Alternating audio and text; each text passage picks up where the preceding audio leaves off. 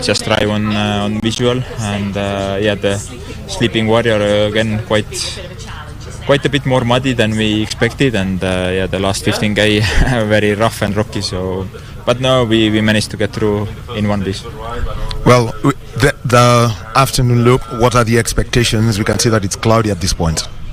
I guess the chance of rain is there, so let's see where and when it hits, and it might make it interesting. All right, thank you. All the best. Yeah, I mean, we had a decent loop through. Tried to be careful in the very challenging and hard places for the car and the tires. And somehow we got through. I mean, it's not easy. Anything can happen in those places, and we saw lots of punctures this morning. But we survived, and it wasn't a trouble-free morning. We had no hybrid for the last stage, but we still got the car through, and the time was decent, so I was happy with our loop. Well, taking a look at how the Sleeping Warrior stage was, maybe you could describe it. The longest of the day. Yeah, I mean, it's a challenging stage, and it felt like it's even more challenging now with the new section at the end. So very demanding. You need to keep your eyes wide open and spot every single stone and try to avoid it as good as you can. But it's not an easy job at that speed. But we got it right this time. Let's see if this afternoon will be as good as this morning loop. Well, the afternoon comes with the new challenge of the Saturday points. What's your approach for this? Yeah, I mean, we definitely need to try to stay in the position we are at the moment and stay without trouble and take some decent points. Elfin is only 5th at the moment, so that would be already a good amount of points for us. The mechanics did a good job. They changed the transmission. Everything is fixed. We also changed the setup because we wanted to try something different, as we were not really satisfied for the car yesterday. We tried something a bit crazy, but it actually works really well. It feels a lot better than yesterday, so it's been fairly enjoyable. Okay, on the other hand, I had every stage a puncture, so it was a bit disturbing, but anyway, we managed to survive here with the punctured tires, so everything okay. Well, just say, what is this crazy thing that you did to your car? It's some spring rate, which is probably out of the... On paper, it's really shouldn't work, and the spring balance shouldn't work, but in real life, it seems to work. Well, the afternoon loop, with rain expected, what would be your approach from the field, especially of Sleeping Warrior from earlier this morning? Yeah, let's see. I mean, there was some muddy sections, and if it will be all the stage like this, then for sure it will be very demanding. But we need to also think about, do we even need to drive anymore this afternoon, because we cannot get any points. So it's just, should we try to save the car for tomorrow? We need to think about it. Thank you. Adrian, just take us through that morning loop, and you're moving up to 4th, on the mishaps of other drivers. Well, I think our approach is working pretty well on this rally, really steady, and we are really conservative for the car. Every loop we gain 1 position, so I hope the next one it will be the same, as long as we stay out of trouble. We are closer to the podium also now. We are only 27 seconds down, so we'll see what happened this afternoon, but it's really open, and so hopefully we're going to be finishing on the podium tonight, but if not, at least it's some really good points for the championship. Well, let's talk about the afternoon. Everyone's talking about it, the possibility of rain. How do you want to approach that? We have seen this morning that there was still some parts where it was full mud. It's like ice, basically. So if it's all the stage, it's gonna be quite interesting. So yeah, keep following it. Well, the tricky part of the afternoon, trying to fight for the Saturday night points. How do you want to push through that, keep the car, get the points? Well, first to get the points, we need to finish the loop. So I don't want to have any issue this afternoon. So I will have the same approach than this morning, and then we'll see. Thank you very much. 3 completely different stages. I think we had a correct one in the Susambu. We lost only the power on the last 5 kilometers with the Fesh-fesh. And then Tanak went well. And then in Sleeping Warriors, it was a nightmare. We had a bit rock, and we lost the hybrid, we lost the starter. We stalled for 30 seconds, and at the end without the hybrid and very slippery, very difficult. Well, besides the things here and there, what else would you like to see, changed in the car for the afternoon? Yeah, we need absolutely to change a lot of things because the car was sliding much too much. And also it depends the weather. So we have to see if it will rain. If you look to the sky there, we have to look for that. On for the points and also for the team, your approach this afternoon? I don't get points for the team because I'm not nominated for this already. Hopefully I can get 2 points or 4 points, depend. For the moment it's 4 points. It will be nice, but it's just for me. It's not for the team. The pity is for Grégoire because he was improving a lot and he made a small mistake. And unfortunately, for today it's finished for him. But I hope tomorrow he will be good. Okay. I was trying to be careful as much as possible because, as we spoke last night, the rocks are everywhere. So it's not easy to finish without the puncture. Okay, we are third in WRC2, but we are leading in WRC2 Challenger.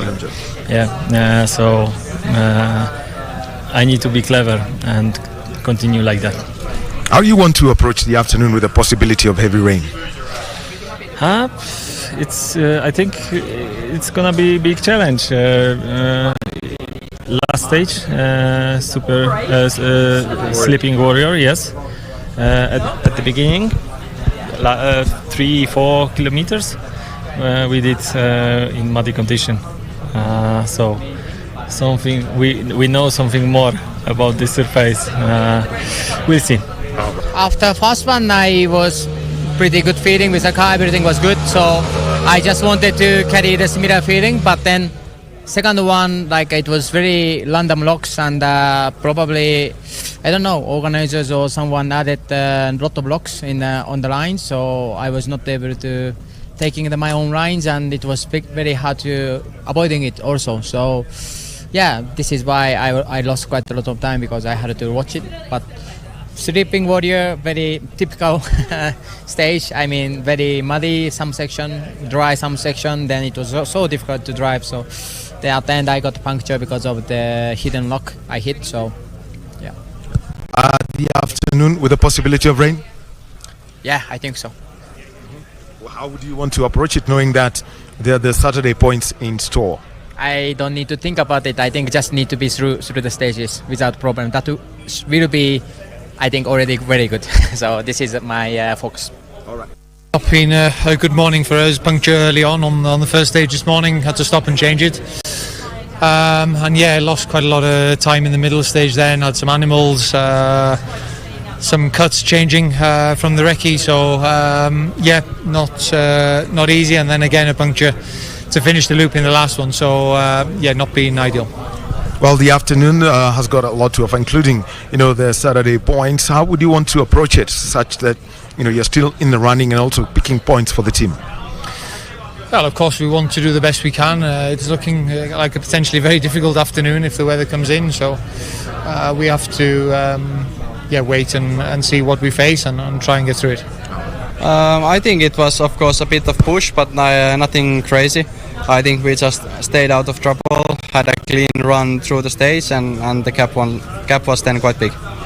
Well, it was a wet stage, could be rocky, the changing conditions. How did you feel the car responding to it? The car was working great. The whole morning was quite rocky in places, needing to take care of the car. And then, yeah, a bit of mud also. Not so bad than we have seen before, but it was not too bad. Well, the possibility of rain this afternoon, which means that Soisambu could change dramatically. Elementaita could be a different story. Sleeping Warriors, same old story. Yeah, let's hope there is not too much rain. For sure in the Sleeping Warrior it looks it can be, so we have to see how the condition will be. It's been a good morning, to be honest. For sure very tricky conditions, especially the last one was actually quite slippery. quite wet in places. But the car has been working quite well, and yeah, we just have to try to keep pushing this afternoon. Well, 2 years ago, you said you love the new livery that comes with Sleeping Warrior. You might get it in the afternoon. What's your approach for that? The new livery that he's talking about is mud. Yeah, exactly. I think the rain will come, and that will be a big challenge for sure. So it's going to be an interesting afternoon, and I hope the rain is coming to give an extra challenge. Why would you love the rain to come in this country? Because then everything can happen, and then everything is possible. Yeah, I mean, I have more energy today. Still feeling very ill, but yeah, more energy. So yeah, just doing my best to manage the lead as best I can. Well, talk about managing the lead. You've tried to be as steady as possible through Soisambu, Elementaita, and Sleeping Warrior. Just take us through your feel of those 3 stages. Yeah, well, I think still struggling with dehydration quite a lot. So in the sections where we're going faster and it's a bit bumpy, it's really hard for me to concentrate on what's ahead. So driving with plenty of room for error, but for sure managing it as best I can. And yeah, we can lose the same amount of time this afternoon again, and it would still be no problem. Well, we hope that you do get better, and as you get into the afternoon loop, with the weather expected, how do you think it will play out? It's hard to say. Yeah, if it comes, it comes. If it doesn't, it doesn't. But for sure, we'll expect to have some rain. That's for sure. This has got nothing at all to do with rallying. You are a former Manchester City Academy player. So, who's winning Sunday, Manchester City or Arsenal? I'm a Manchester United fan, so I don't really care. But probably Arsenal.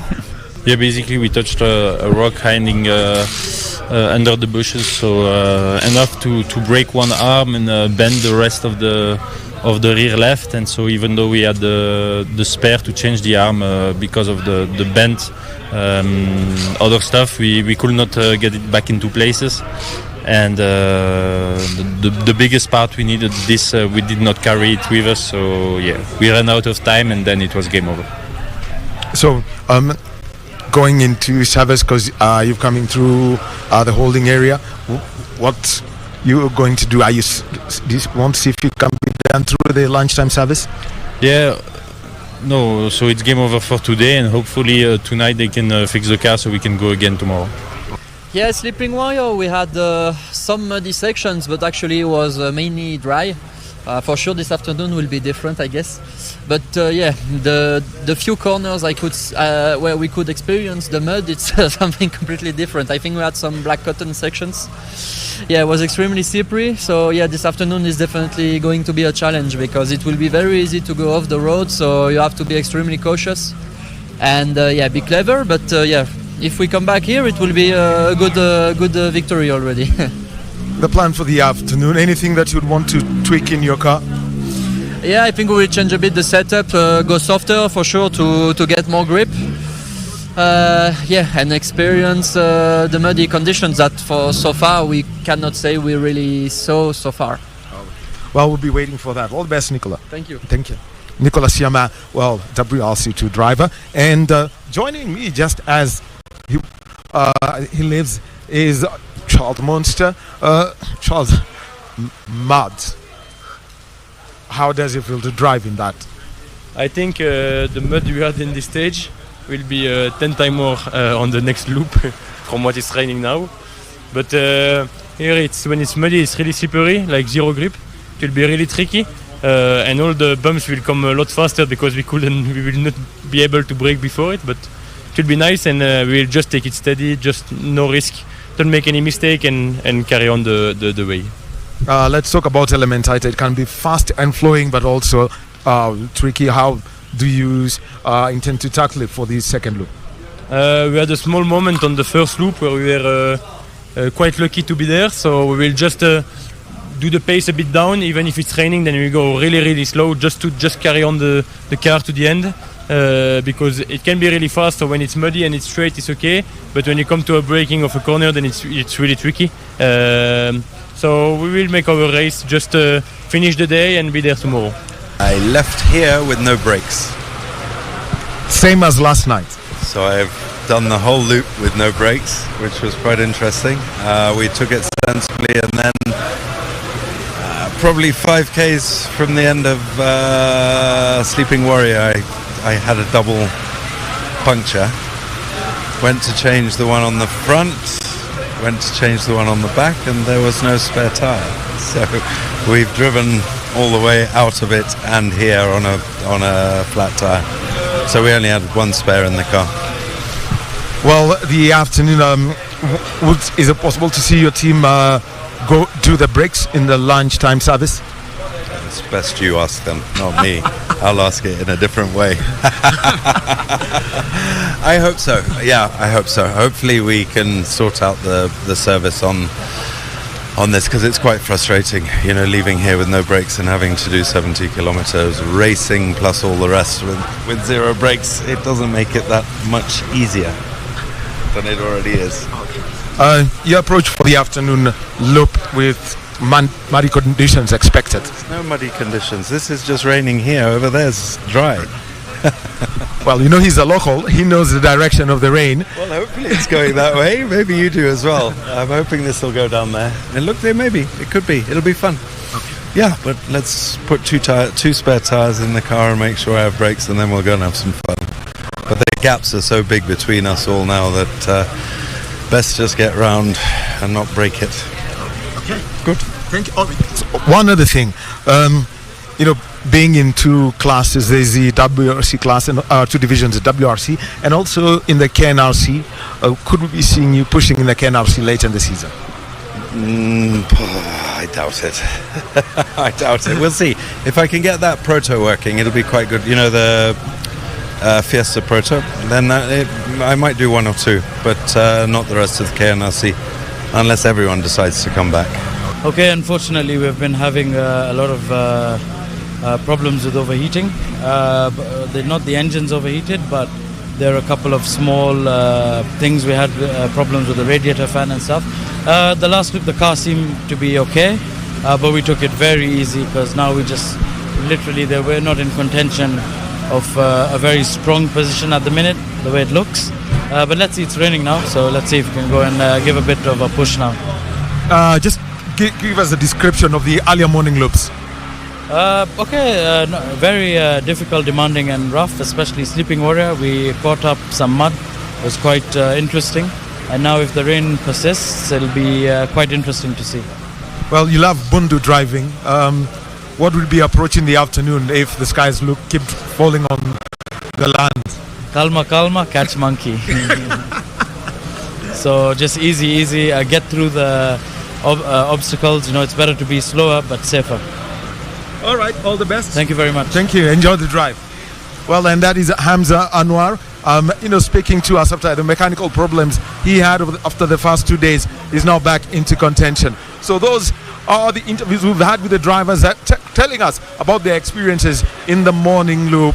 And so be sure to join us at 3:30 p.m. as we bring you the second run of Elementaita, the shortest stage of the day, but with probably expected wet conditions. I am Daniel Wahome.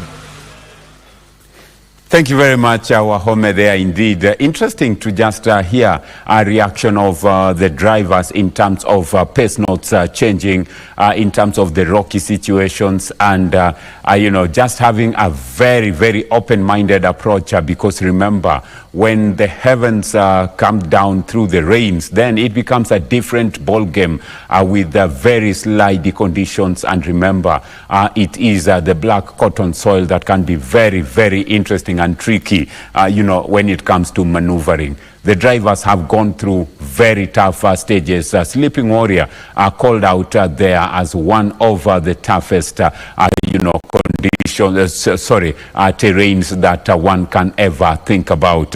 You know, some argue that it is called the Sleeping Warrior, so why not just let the warrior sleep? Because the Swahili say, alalai usimwamshe, ukimwamsha waweza lala wewe mwenyewe. But anyway, it is the name of the stage, and as the drivers have clearly called out there, it is the safari, and they're all looking forward to a very strong finish for the day. I can tell you for sure that Soisambu 2 currently are going under a lot in store in terms of what the drivers are talking about. Very rocky conditions, you know, clearly no signs of drops of rains yet at Soisambu, but you just never know with the weather. It can open up anytime in terms of rains. It is dreaded by most of the drivers because you've prepared for a dry rally only to get a wet rally. It means a lot to change, right from the choice of tires. Do you go soft? Do you go hard?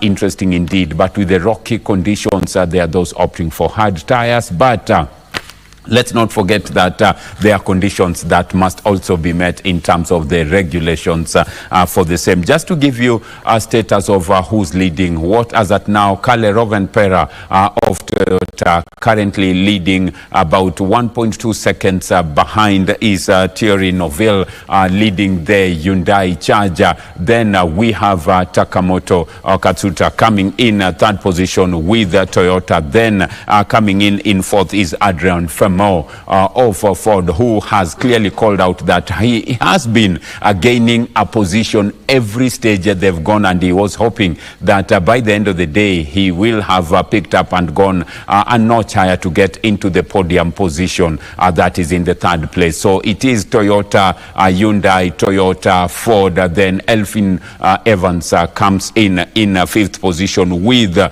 Toyota, clearly strong there indeed. But leading the WR2, you have Greensmith, also of Fabia RS, followed very closely there by Oliver, Solberg, a very, a young man who loves the country Kenya and very passionate about what's been going out there in a Fabia RS. Interesting because we are looking at the battle between man and machine, and very tough indeed.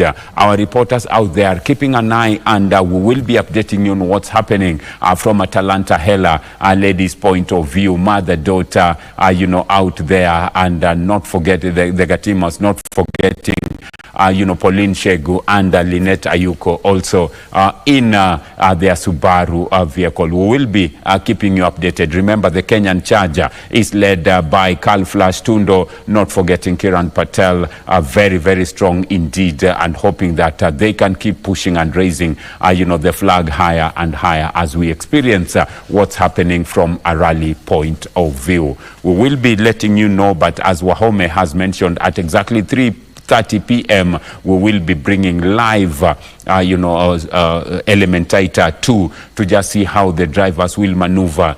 It proved to be a bit dry, wetty, wet conditions in some areas, and some really finding it hard to maneuver through. So Elementator 2 coming at exactly 3:30 p.m.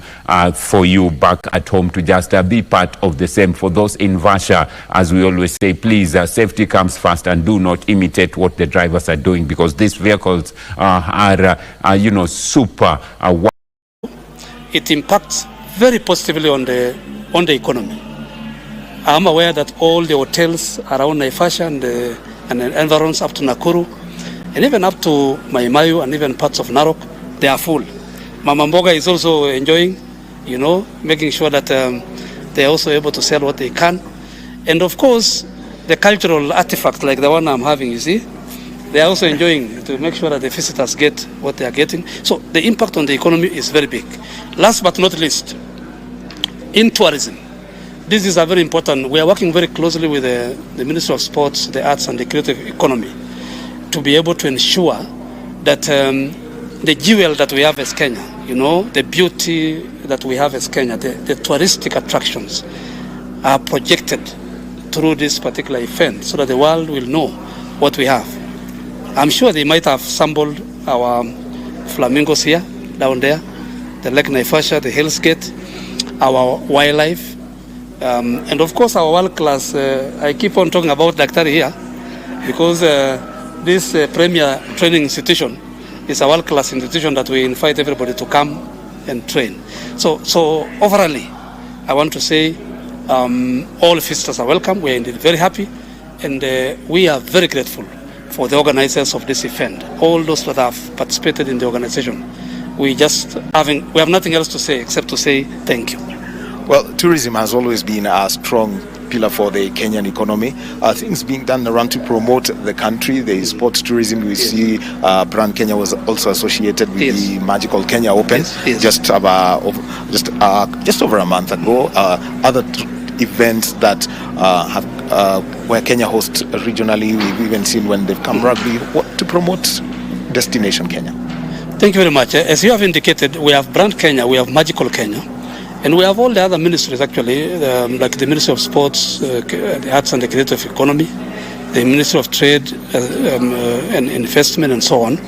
And all of them are really working very closely to be able to ensure that we promote Kenya. As you have indicated, we have held a number of international conferences. You know, Kenya is one of the countries that is well known for hosting international conferences, like we did the Africa Climate Summit, just among others, which go a long way in having as many visitors as possible coming to our country. And in such kind of events, once we do a good job and we display the kind of facilities that we have, then it makes more other people to come. Because the more you do what is good, the more then you attract more people to come. And during this kind of events, we also sometimes organize customized tours. You are aware that just last week, I had a team of the rally drivers who came, and we went together with them to the Masai Mara, where they had a game drive. They were able to have the balloon ride, and they were able also to sample the culture of the people around that place. And this is part of hospitality, the Kenyan hospitality, just to have the people sample the good thing that we have. So as in tourism, we are working very closely to look at, number one, how we can diversify the attractions. Secondly, how we can be able to build them and build the infrastructure around it and support them. But above all, how we can be able to market the country to invite the visitors to come. I'm sure you are aware that this is the home. This is the home of humanity. Yeah. This is the origin. This is where everybody else came from. Like Tari, when you're a researcher, you need to say something. and I want to say, all people are welcome back home. All right. Thank you. Thank you very much, Principal Secretary, State Department for Tourism, Mr. John Ololtua, and he is speaking to us. And also, in a short while, you'll also be getting to listen to Dr. Patrick Omondi, who is the Director and the Chief Executive Officer of the Wildlife Research and Training Institute, which is hosting us here at the service park here for the WRC Safari Rally. Back to you, Mfapidi, in studio.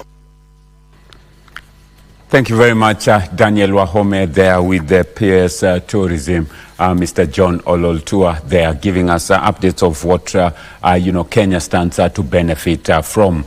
Well, we don't have much time, and at this point, just to say thank you very much for having kept me company from a game on point of view. I always say on behalf of everyone who's been behind this, the transmission controller, the director, the producer, not forgetting the cameraman, the sound technicians, we say thank you very much for having kept us company. Kuonana kesho ni majaliwa yake Mwenyezi Mungu. But for now, maybe on the other side of the studio would have been interesting to engage and find out from Kigo Kareithi, sharp bend to the right, slow right, medium right, but I know Tiras will be doing so on the other side. Handing you over after this short commercial break to Tiras Wayaki and Kigo Kareithi to take us through what to expect in Elementator 2. Don't go away. This is KBC Channel 1, your true sports partner.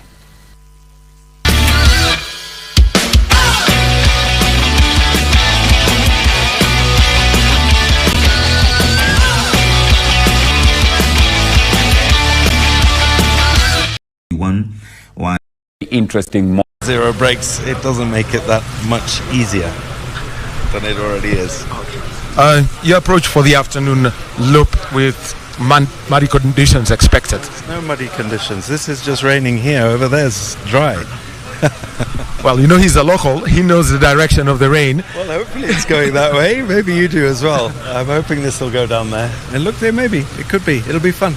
Okay. Yeah, but let's put two spare tires in the car and make sure I have brakes, and then we'll go and have some fun. But the gaps are so big between us all now that best just get round and not break it. Okay, good. Thank you. Oh, one other thing, being in two classes, there's the WRC class and two divisions, the WRC, and also in the KNRC. Could we be seeing you pushing in the KNRC later in the season? I doubt it.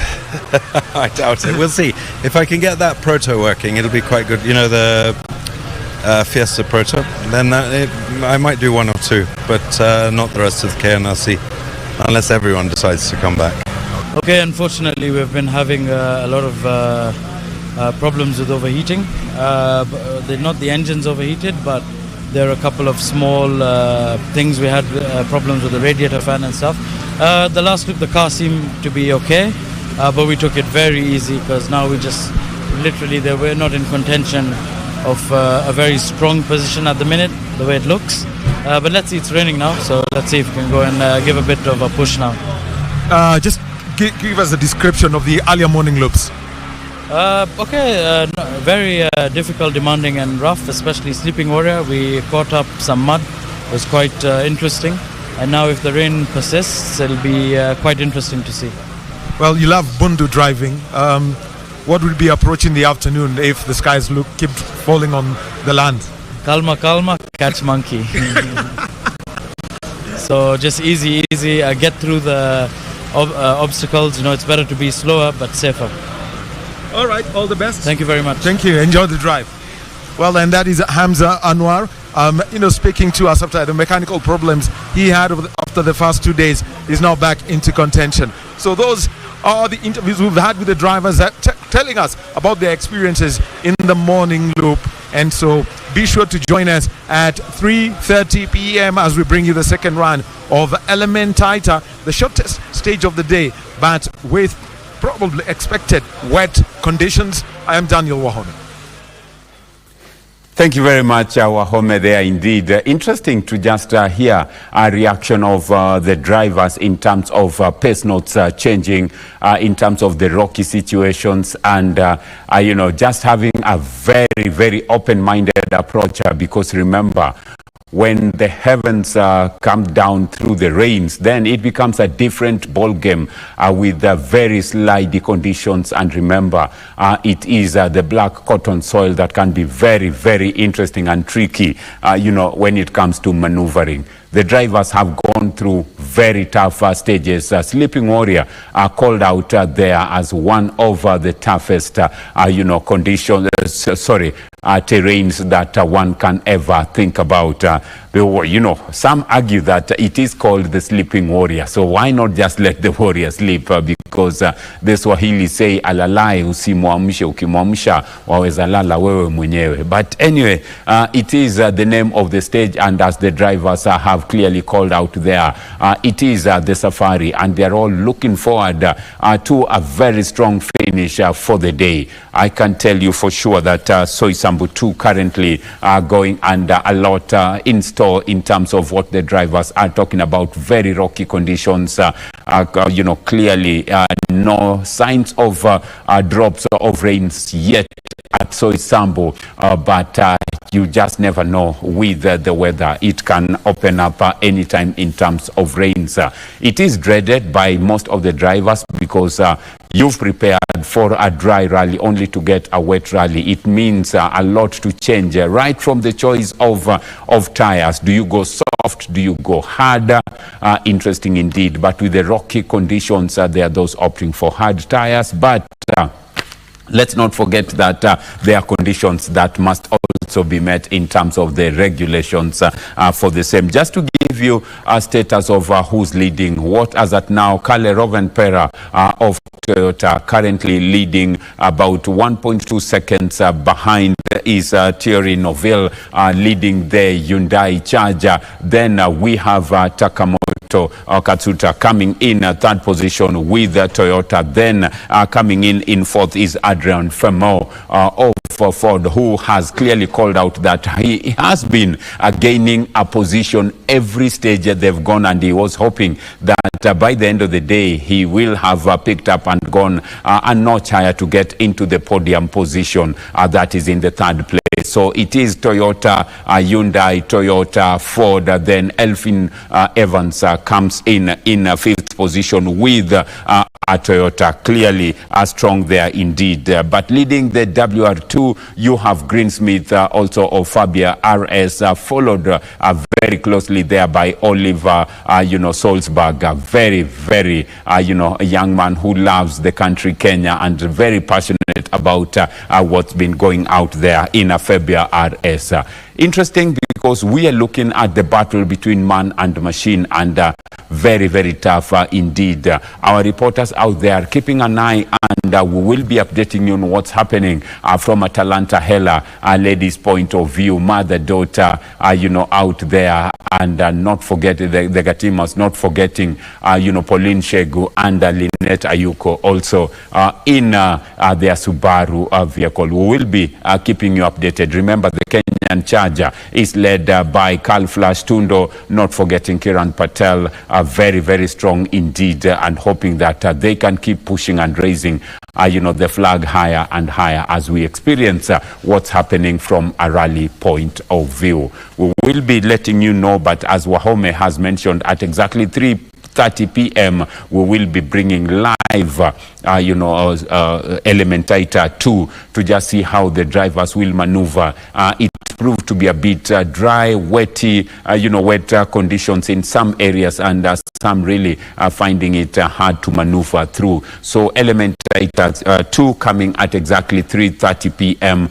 For you back at home to just be part of the same. For those in Vasha, as we always say, please, safety comes first, and do not imitate what the drivers are doing, because these vehicles are super worked on in terms of safety with the rollback cages and everything, which we don't have in the normal car. So please do not imitate what they are doing. You can be out there enjoying the fun, enjoying the speeds, enjoying the maneuvers and the turns, but in terms of imitating what they're doing, the speeds, the turns, please do not, because they are... Well, it's the approach we want to have on this rally, quite sensible, and it seems to be working, because I think we are still fourth, so not so far from the podium, so it's positive. The rally is still long this afternoon. The rain is probably coming, so it's going to be a challenge. The wildlife also is quite interesting. They surprise us when we are in fifth gear, flat out, so it's really easy to hit one animal, unfortunately. That's another factor of it all here, isn't it? How much information are you getting before the stages of what kind of condition they're in? Certainly from the weather crew, or even just watching the videos? What? We've got from the weather crew, but you imagine that on 36k stage, we have only one part, so the info that we've got is not so much compared to what we could have. Also, the service is quite poor sometimes when we are in the middle of nowhere, so we don't have so many informations. So we try to get everything we can in the maximum, but it's really little compared to the length of the stage. Okay, well, just as if we planned it, Adrian Fourmaux pulls in behind us. The rain is pouring down, the heavens have opened, and here is the service starting on Adrian Fourmaux's car. Let's just touch on what he said there, and let's talk about what you think he's going to do this afternoon. More of slow and steady potentially wins the race. Yeah, I mean, look, we've seen other people falling by the wayside when they've been running into problems, and Adrian Fourmaux hasn't been running into problems. He's been keeping it neat and tidy and doing what he's got to do. I think it would be very silly at this stage, particularly with the conditions due to get even more difficult, for him to change that strategy. He needs to just go out and drive the car as he has been doing. If he starts to dial it up a little bit, that's when you're more likely to pick up a puncture. That's when you're at risk of throwing the car off and picking out some damage, as we saw Gregoire doing, unfortunately. So, all eyes are on M Sport, and to be honest, because Gregoire's not running anymore, the pressure is on Adrian Fourmaux to pick up some points. So yeah, I think you're right, just slow and steady. Okay, we are hosting the rally at the Institute. All the drivers are here. We have this press center, they have been here, and we are very happy because we were involved in developing the environmental management plan for the rally. And we were able to come up with mitigation measures to address pollution. That's why you hardly see plastics around the Institute and around the rally routes. We also mapped the rally routes to ensure the animal migration patterns are known, and our ecologists are with the environmental marshals for the rally and giving early warning. For the last previous rally, we had no kills, and we are certain this year too will be a success. So our environmental plan is going as what we prescribed, and that is what the Institute is for, to ensure that the environmental management, as much as we are enjoying the rally, we also safeguard it. We also have a very clear restoration plan. Post the rally, we'll be planting trees. We have a target of 50 million as part of the President's legacy project, the 50 billion trees. And we aim to plant 20,000 this year. We have done 10,000. And together with WRC, we had 19 million seedlings that we'll be using to restore the areas that will have been opened up during this rally. The rally has really helped the local economy. You know, we ensured all the people that are serving here are from the local community. The casuals, the people involved in any cleanup. And I'm very happy the Ministry of Sports and my minister, the Minister AJAABU, they have really worked together to ensure we have one government approach. This has given us visibility as a training institute and as a destination. We are, for example, having our natural laboratory in the Naivasha Wildlife Sanctuary. We are going to introduce a 20-kilometer, trekking up the escarpment. I have the head of hospitality here, Simon Gitao, and he's going to introduce that in the next financial year so that people can start climbing. Naivasha being a conferencing destination, we have a conferencing facility here, very good hospitality and good for government agencies. We host governments because it's easy to procure, and hopefully by introducing additional activities for the conferencing guest, it will also generate increase our revenue to ensure that our mandate of research and training is done. A message on environmental sustainability to the public. I think we need to be sensitive to our environment. Let us not litter our environment. All our national parks is plastic free. Let us enforce it. Let us not litter the environment. Our wildlife products, we need the wildlife.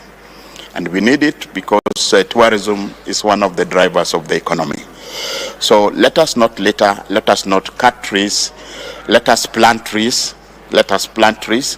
I know each staff is required by government to plant at least 30 trees by June of this year.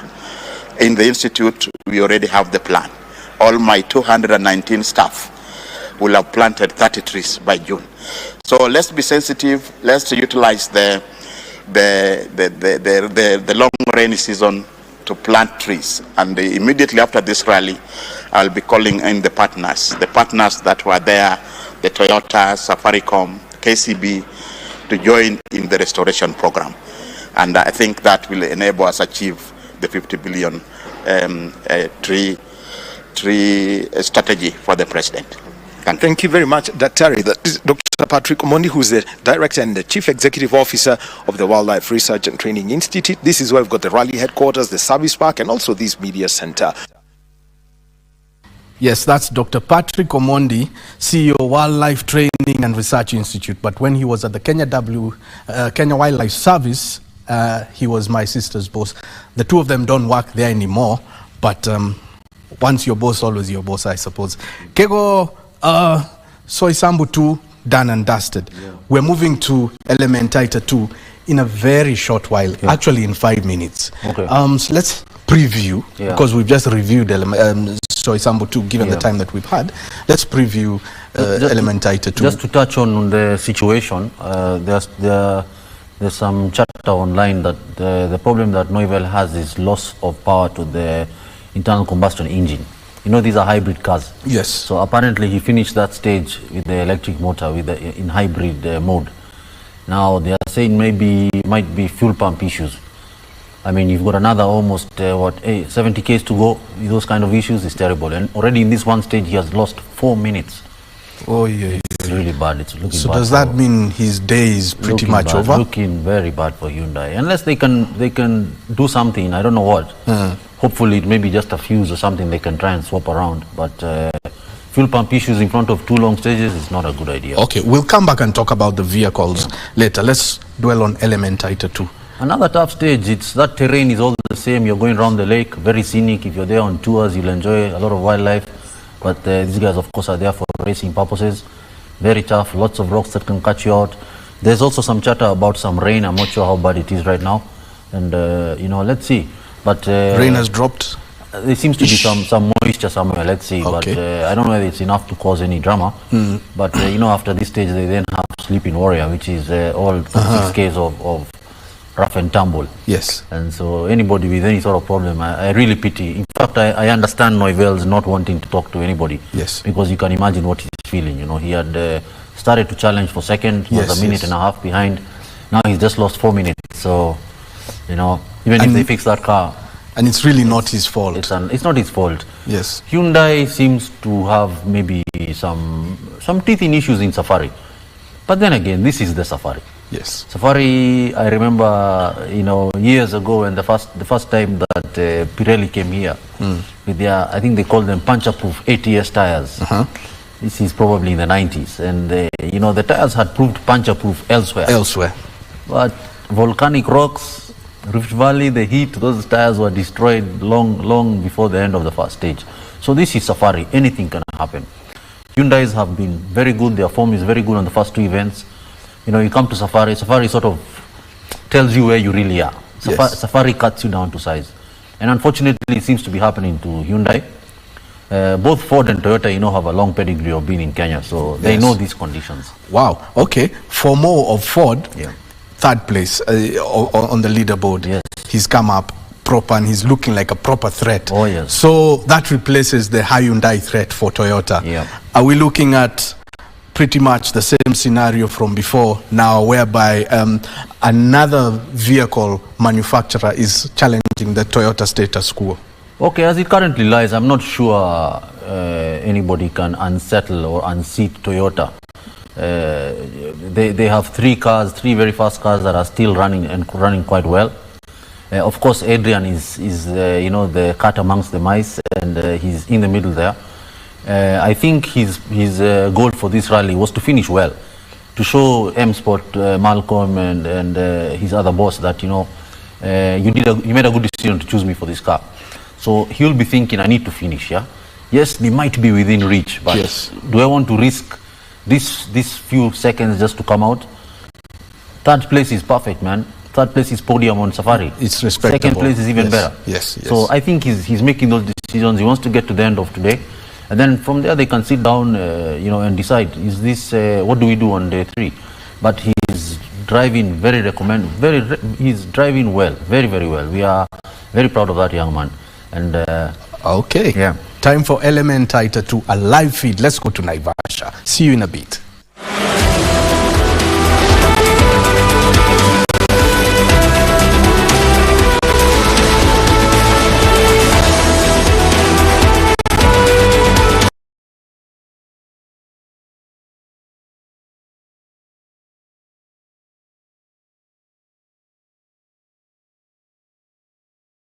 To Oit, listening to how he's feeling, and then we'll come back and have a chat about what's going on around here.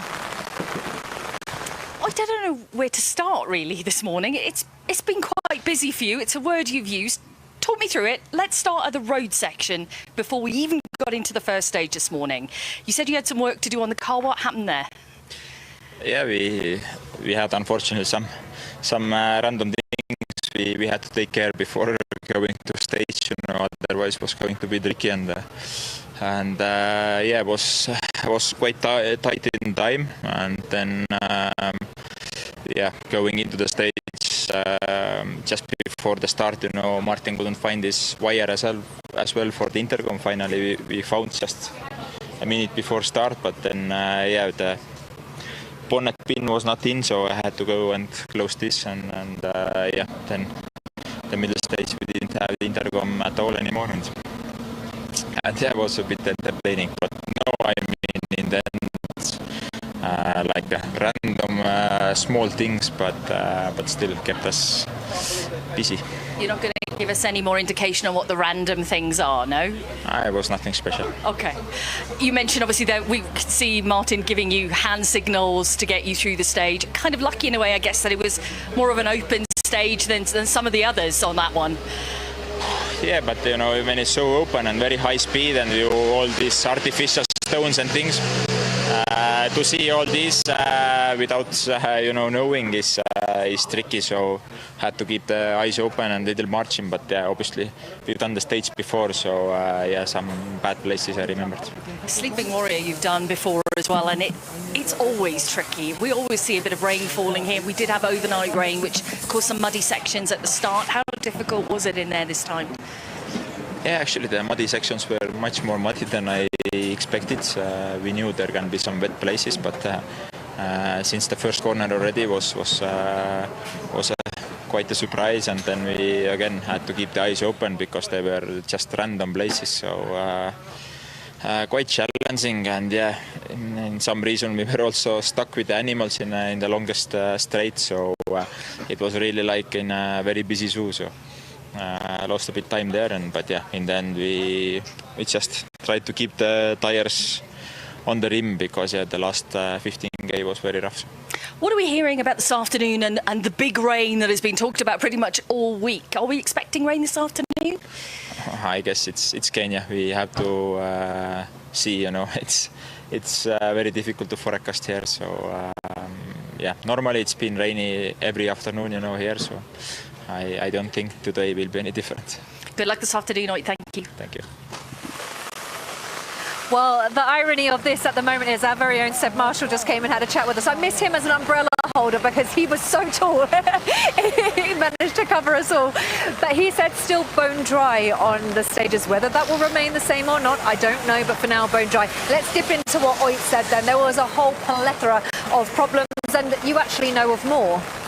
Well, look, I mean, he just had it all thrown at him, didn't he, really, Kiri, this morning? I mean, first of all, before he even got to the start of the stage, you know, he was talking about having to work on the car. I believe it was something to do with the door not latching properly, so he had to get stuck into that. And then, as a result of working on the car, unfortunately, that bonnet pin wasn't properly secured, so that was a bit of an issue for him. And then, of course, intercom issues and everything else. So he's had a fairly busy morning, hasn't he? Fortunately, you know, he's currently, as a result of what happened yesterday, he's not in the fight for the lead or for the podium positions as a result of that retirement yesterday. So he was able to pull over and relatch the bonnet. But yeah, a difficult morning for Oit Tanak. But I think in general, the positive that they can take from both Esa-Pekka Lappi and from Oit Tanak is that the pace has been there. We've seen it on the split times. We've seen it in the times that Esa-Pekka Lappi's been able to show as well. It's going to be very interesting tomorrow because Kalle has a significant lead, which means that he doesn't necessarily need to push. He's going to back his points overnight tonight if nothing changes through these stages, which means then it is all open and to play for Oit Tanak, Esa-Pekka Lappi, but in particular Oit Tanak. He needs to maximise these points, and so does Elvin Evans. So Sunday, whew, it's going to be exciting. Yeah, I think Elvin will be doing everything he can to ring in Adrien Fourmaux and this afternoon. But yeah, there's no question, you're right.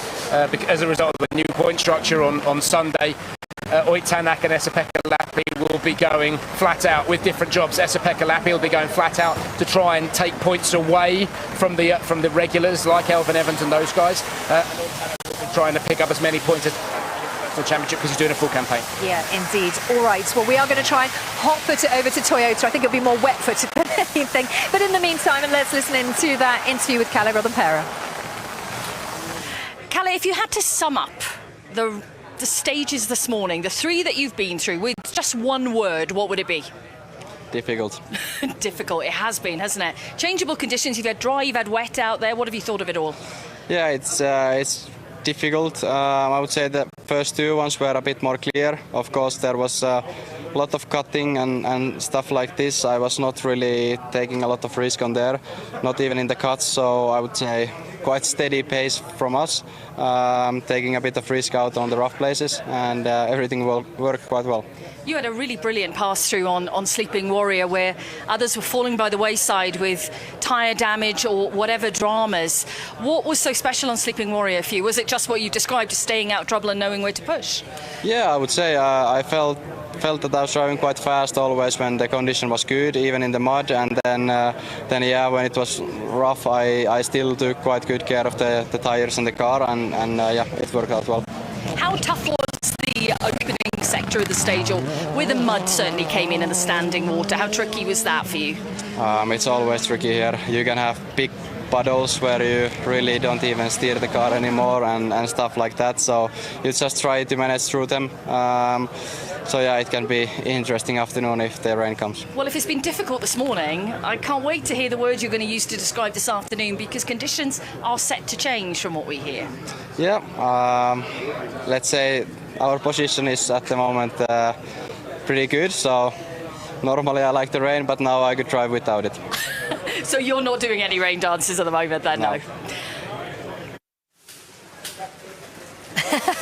Jenny, you seem to be the only person responsible for this rain, then no one else is doing a rain dance. Bring it on. I think it's good. I think this is good for the sport. It's good for everybody. It's not good for my hair, just in case anyone was really concerned about that. Yeah, look, your hair aside, I think it throws a nice, fun spanner in the works. Although that being said, from what we know from what Seb Marshall was saying, is it still bone dry out on the stages?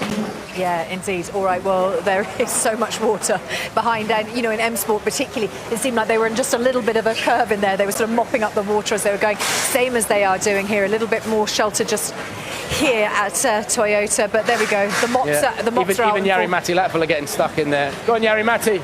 You're doing a great job. Stick at it. Yeah, team player. Yeah, Jari does like getting stuck in, doesn't he?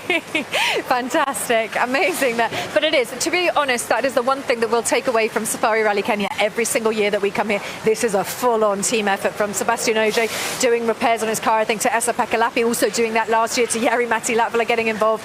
This is, every single man has got a job. You're absolutely right, you know, and it's, you're only as good as your weakest man, and that's how a race or a rally team works, isn't it? Well, it's true, you know, so, you know, that it's all about having the right people around you and good morale within the team and everybody working together and enjoying it. And we say in the commentary, it's not just the drivers who've got to enjoy the rally, and everybody here has to enjoy it and pull together and be a team. And the thing as well I really love about Safari Rally Kenya are the inconsistencies, you know, not just out on the stage, the weather, it's a different, everybody using tents, different setups here. This isn't the traditional European this is a long haul setup, yes, basically. Exactly. So they're sort of lighter. Haul, unfortunately for all the teams, it's a lighter tent setup, which does mean when the heavens open, it's not the most amazing place to be.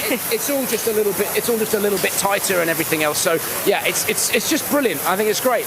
All right. Well, of course, Media Zone happened a bit earlier on. The weather was a lot different about half an hour ago. We are still getting information in that it is dry on the stages. Now that's Evans coming into the Media Zone. That's just the damage that we've seen from those punctures. Jenny, again, we talk a lot about cosmetics, but Scott obviously taking those pictures just to give a heads up to mechanics.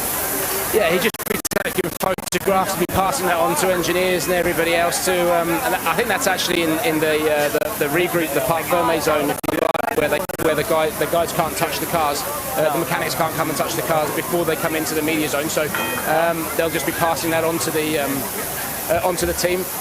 But I don't really think there was a great deal of damage to the corner of Elvin's car. I think it was mainly cosmetic, but unfortunately those two punctures have really stalled his progress this weekend. Yeah, I mean it's a big gap, but I think we've really just got to focus on the fact that this afternoon could change everything on its head. I mean, when we went out this morning, Thierry was in a very different position to where he was. Elvin was looking very strong. It's changed so quickly for Elvin twice. It could change again in the right way. Yeah, you're 100% right, and you know, I actually feel a bit bad saying, oh, you know, it's been difficult on Elvin and this, that and the other, because anything can happen. It's happened to Elvin this morning. Will it happen to Thierry Newville this afternoon? Will it happen to Calais Taka? You can't answer it, and that's again one of the things that makes this rally so unique. You know, if we were somewhere else, you can kind of get a bit of a vibe. We all have that feeling in the pit of our stomachs. This is going to stay the way that it is, but here, no chance. Anything can still happen, and we're only halfway through the rally. Yeah, indeed. All right, well, how's Elvin Evans feeling? Bex Williams found out. Elvin, some disappointment out there this morning. Straight away, talk me through what went on the morning stages. Yeah, not been a great morning at all. Of course, we had a puncture early on in the first stage of the loop. Not as sure why we got it. We just got an alarm on the dash, which was the first thing we knew about it, but hadn't felt anything at that stage. So we continued for a while before we were sure that it definitely was, and then we of course had to stop to change. It was so early in the stage. And yeah, in the middle stage, a lot of cuts changing, let's say, from the recce, and also had a herd of, is it a herd of zebras, you say, crossing?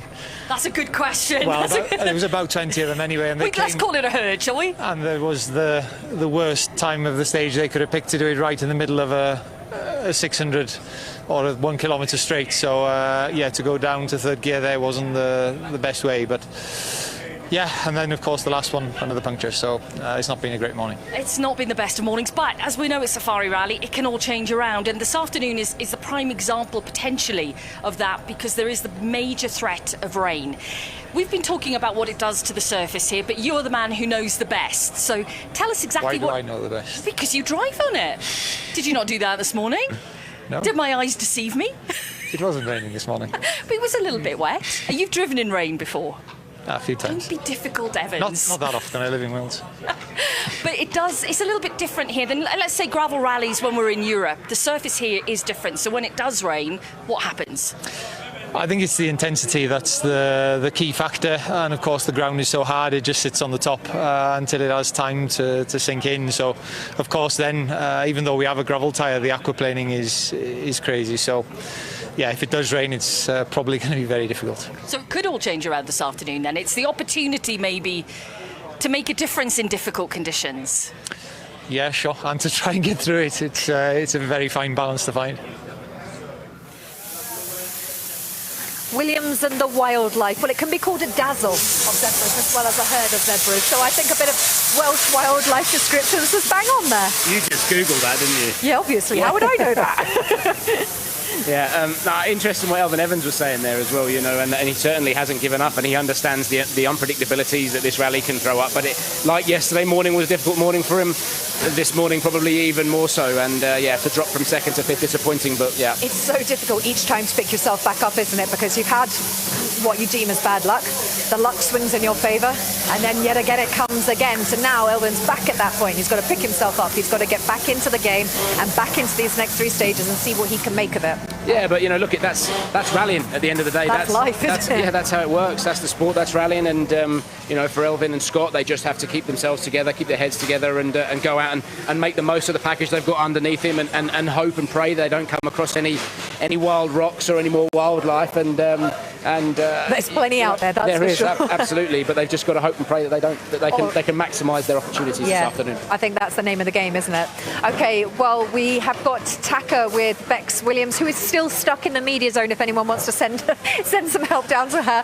But it is a yeah, but maybe a boat, yeah, something like that, or a surfboard, I don't know. But anyway, she's with Taka right now. Taka, it was a great battle this morning. Brilliant time on the opening stage from you to take the fastest time. Another great time on the next one, and then Sleeping Warrior, where everyone seemed to have an issue. Sleeping Warrior every year. What is it about that stage? What was the challenge? Stage itself is, of course, it's difficult, but the other two stages are also quite difficult. I think this year issue is that there was not clear places like uncut blocks. They put very random, and also which is very hidden, so you don't know where the rocks. So basically everybody going like fifth gear, 140, 60 kph, going through the bushes. Then there is sometimes rocks, sometimes not. Then obviously I've got puncture, I hit something. There was nothing on the recce, so I'm very surprised why there was a rock. So, but this can happen. I think everybody similar situation. So yeah, very unfortunate. But you need luck also this kind of race, or you need to be 1 minute slowing down then through the stage. Two option. Yeah, it's really difficult. It's so unique here at the Safari Rally with what you have to do. Tell me what the plan is for this afternoon and what you're expecting from conditions on the second pass. To be honest, I heard gonna be quite very different condition than this morning. So I think I'm pretty happy, to be honest, because I have still a chance to gain some position because of this condition.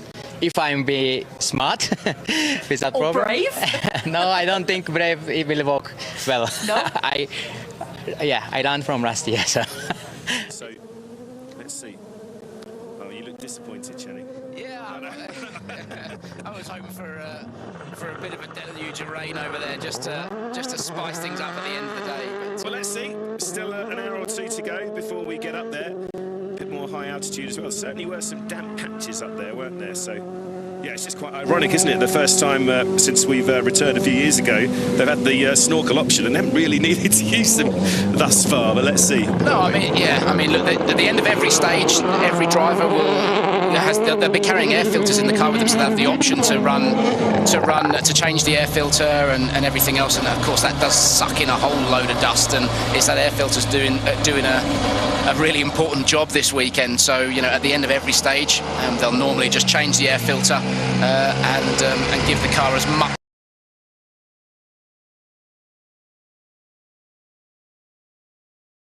an opportunity to breathe as possible. You know, the more air you can. In third place now. Let's hear from Tanak. Meanwhile.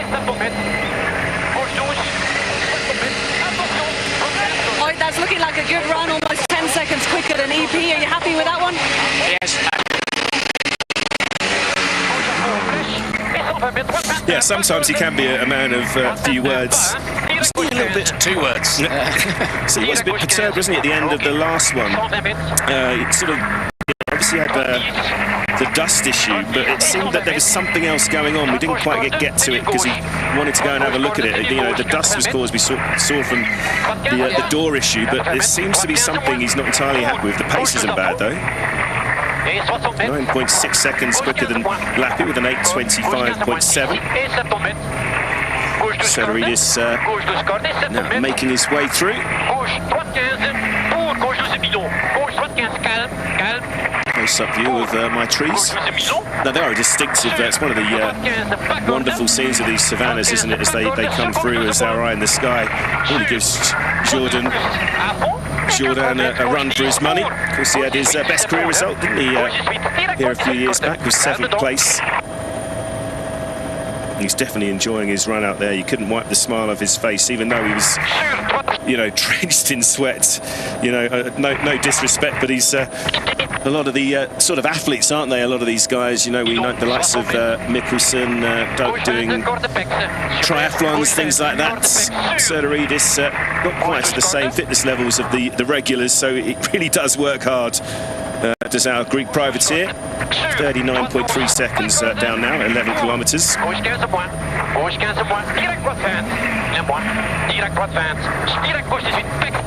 There you can see that's what I referred to, the Elementator Lake in the distance there. Wonderful scenes. But it's slightly cooler today, isn't it? All that rain in the air. I mean, it's still going to be really hard work, but it will make a bit of a difference, won't it?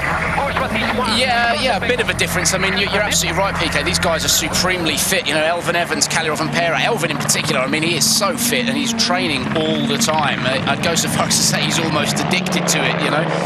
So he's, you know, they keep themselves fit, but ultimately, like in any form of motorsport, the fitter you are, the faster you go, and the better you're able to deal with these situations. But you know, the key thing is, you know, hydrating all the time. When you think when you've drunk enough and you think you've had enough, you have a little bit more in these conditions. And yes, it is a little bit cooler today, but still, you know, a really high UV index, so it's very easy to get sunburn and all those kinds of things. Yeah. So you are absolutely right. It is a whole other dimension that you didn't necessarily have to think about on other rallies. Certainly not something you were thinking about at Rally Sweden, for example, last time. Absolutely. Yeah, well, these drivers have these camel bag situation at the back of their seats there, so they can constantly take fluids on as they're driving, and they are very much needed. Wonderful sequence here through the finish, isn't it? As they just take a pounding. It's pretty rough and rutted now. I wonder how much this has deteriorated in this second pass, and getting a bit of a kicker there is Sederidis.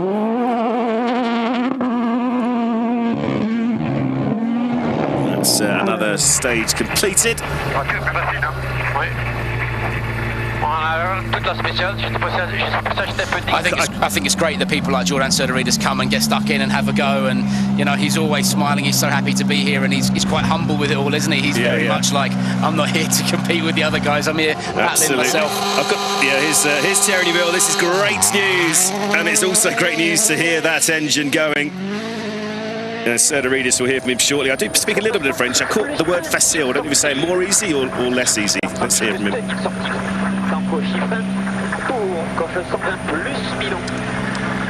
Jordan, just a little bit slower than your first run through here. What can you tell us about the conditions? Yeah, it's more fesh-fesh. We drove better, but yeah, it's, the road is destroyed, so it's normal.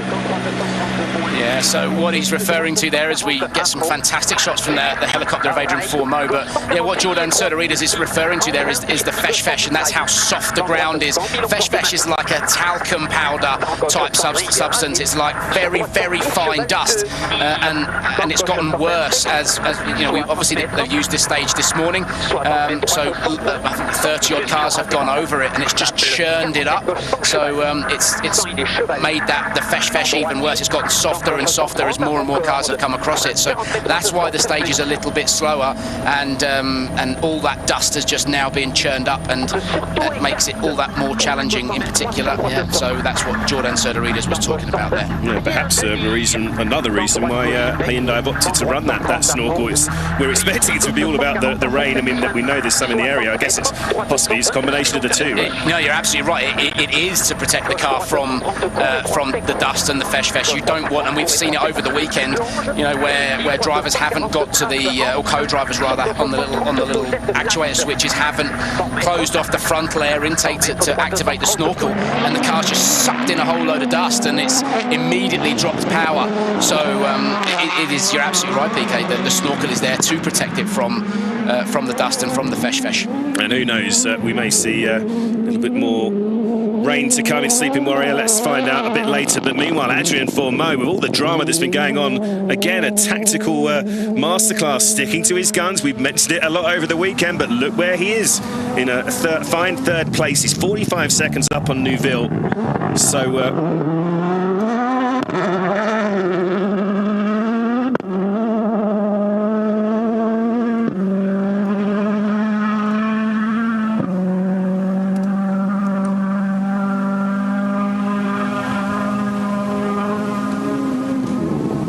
let's just see him over the line then, protecting that lead from Elfyn Evans. But of course, Elvin's had all sorts of problems this morning. He'll be coming fast. It's a really good run from Fourmaux, you know. Yeah, it's a great drive from Adrien Fourmaux, and we've been talking about it. I don't think that Elfyn Evans or Thierry Newville can catch Adrien Fourmaux based entirely on pace alone. I think something has to happen, and Adrien Fourmaux has been driving so strategically clever this weekend, and now that strategy's starting to pay off. But as we always say, we've still got Sleeping Warrior to go, and then 6 stages to run tomorrow, so long way to go. That shook our cameraman. I think he might have got a face full of dust and a bit of a rocks fun up there as well. That's not good. Okay, let's listen to Adrien Fourmaux and then come back to Thierry Newville, but that car going slowly again. Adrien, it's all happening this afternoon. You're up into third position overall. You had a great stage through there, just 1.9 seconds off the pace. How are you feeling? Well, I'm feeling good. To be fair, I'm just trying to... Do you know the movie Rocky Bobby, Talladega Nights? Shake and bake, baby. Shake and bake, baby. Isn't that a reference to Talladega Nights? It absolutely is, yeah. Oh, yeah. Anyway, meanwhile... But it's now a well-used motorsport reference as a result of that, you know. Nice one, shake and bake, baby. Meanwhile, someone who's not shaking and baking, unfortunately, is Thierry Newville. I was just about to say, if he was back up to full working order, he was only 20 seconds behind Elfyn Evans. But yeah, as you say, clearly... It's gone back into, he's back in EV mode there, and it's gone back. I mean, that's within the first 5 kilometres he's dropped 2 minutes. So I think he got it off the line and then very, very quickly lost power again. But obviously this battery is only designed to run at limited kilometres, isn't it? Exactly. He will run out of charge eventually. All he can do is press on, but it is such a shame. Whatever that issue was, look, we were all kind of confident because we were hearing from the stage end that he'd managed to get the car started, that he carried on down, and then did a bit more work on the car, checked in on time, that's great, and then we saw him launch off the start line. We're thinking, brilliant, we're away again. But obviously, whatever that problem is, it hasn't solved itself. We don't actually know what the issue is, and apologies for not giving more information, but Thierry pretty much gave us a bit of dust inside the car here. He basically just said nothing to say. He was, I think, just in such shock that, you know, he's battled through such adversity to get to this point and fighting, you know, for a very strong finish potentially. And don't forget, he's the championship leader. Meanwhile, this is the man that's now in second place, Taka Katsuta. Remember, already twice a podium finisher here in Kenya. Yeah, I'm not sure if he is. I don't think he on the stage he has caught Thierry Newville yet, but he'll be coming up. He'll be coming up against him fairly quickly. Yeah, starting at 3-minute intervals, and he was already. We're hearing Newville stopped. Yeah, he was already 2 minutes dropped. So you must keep an eye out. Then he's probably not far ahead. If he was already 2 minutes down at that first split, he's stopped somewhere. Luckily, these roads have plenty of space stage side. Let's just keep our eyes open. Left over 80, slope, light left at 3, and watch block 7, right, make it sharp, defense 30. John's got a face full of dirt here, isn't he? Should be getting pretty close. Here we go, here we go. There's Newville stopped, and interestingly, he stops in that. Get that even further out of the way if he can, does that mean the car's completely died on him? Because you would have thought he'd have moved it a bit further out the way. Is that the EV mode already running out of juice? Yeah, you can see him trying to. He can't go, and he's having to push it. Look. Yeah, you can see him trying to get the car out of the way. I think Martin will have to go back down with the OK sign and try and get that out of the way as quickly as possible. Meanwhile, as you said, you know, Aaron Johnson in the car. Here we go, back with Thierry and Martin. That looks a little bit more terminal now, doesn't it, PK? Yeah, that's very, very, very disappointing, especially because, as you say, we started to think maybe they'd gone through the worst of the situation, but as you mentioned, after the stage, it was a relatively quick fix. So unfortunately, we're still not going to be able to find out exactly what happened because, yeah, he's stranded out there for now. Taka Katsuta, though, just mentioned that dust in Aaron's face. He seemed a bit animated at the end of the previous stage. Not quite sure what's going on. Yeah, look, I think all Taka was doing was he got to the end of the stage and he said, yeah, we've got to go, we've got work to do. And I think all he's referring to is, and again, it's unique to this rally, is that you do change the air filters at the end of the stage. You don't normally do that on other rallies. So I think it was just that's built into the schedule. And there's relatively short road sections, exactly. So they don't really have a great deal of time. Exactly. So they've got to, you know, they've got to get the car out of the stage, get out, and then whip the old air filter out, put a new one in, and then just give everything a good dose of check-in as well. You use as much time as you possibly can.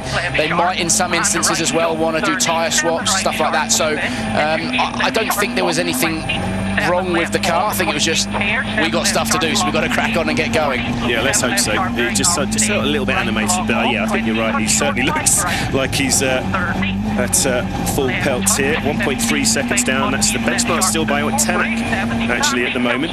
Just a confirmation of how dominant it has been, the rally for Kalle Rovanperä with those 7 stage wins. He won every single stage, all 6 of them through yesterday. That's what's given him this dominant lead. What I find amazing, Chenny, about Rovanperä, we'll see him a bit later, that stage, the Sleeping Warrior stage, when everyone else having all sorts of problems, he put his foot to the floor. It's like, I mean, it can't just be blind luck, because 25 seconds on a stage where everyone else, to a man almost, had some sort of issue. It's quite incredible. That was just bouncing off the car.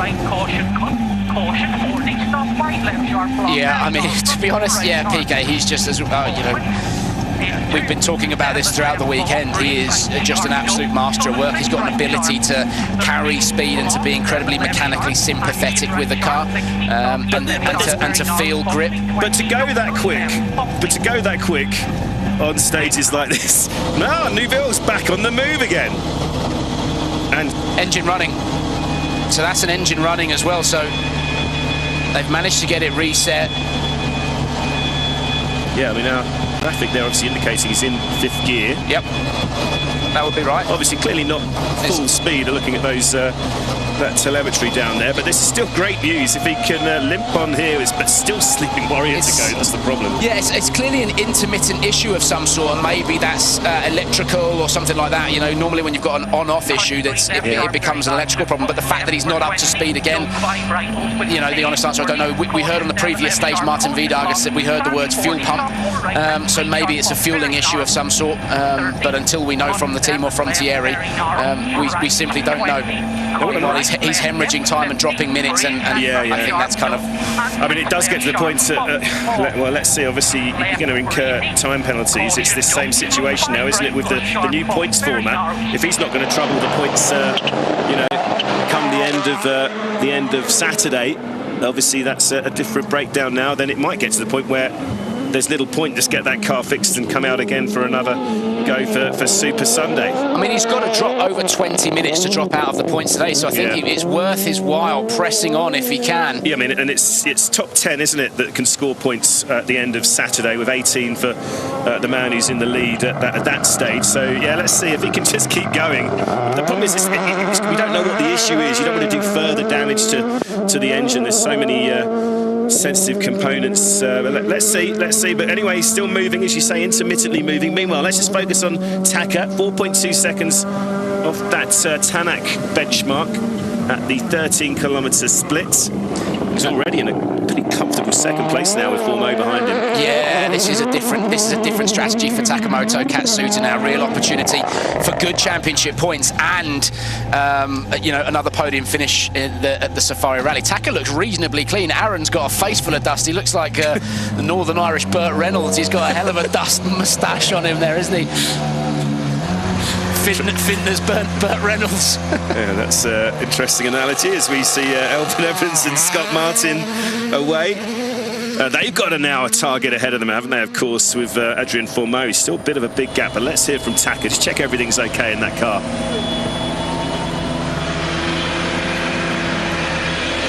Taka, that's a good stage for you. Everything okay? Yeah, just very, very careful just through the stage. Yeah, everything is fine. So I just wanted to make sure that we through the stage and we keep the good position after today. So next one will be big stage, I guess. So I try to just survive, nothing else. Aaron has a much dirtier face than you. Why is that? He's working well. He's working well. I know he's doing a very good job. So yeah, sorry for him. Fesh-fesh doesn't work for us. Yeah, I think it is just a bit of dust in the car. Maybe Aaron's a bit more sweaty than Taka, and it's just settling on his upper lip a bit more. Meanwhile, this is great news.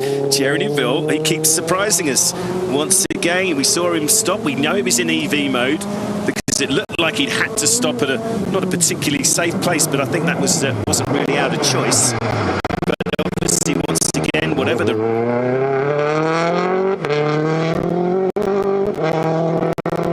reset was, it's working at the moment, but clearly, as you say, that's not on full song either. Yeah, that's 7 minutes already dropped at 13 kilometres. That's absolutely not on full song. I wonder if he's even in stage mode there at all, but you know, the pace has increased a little bit from what we saw earlier on, so whatever that issue is, it seems to, as we said, it's intermittent, but that car's not on full song at all.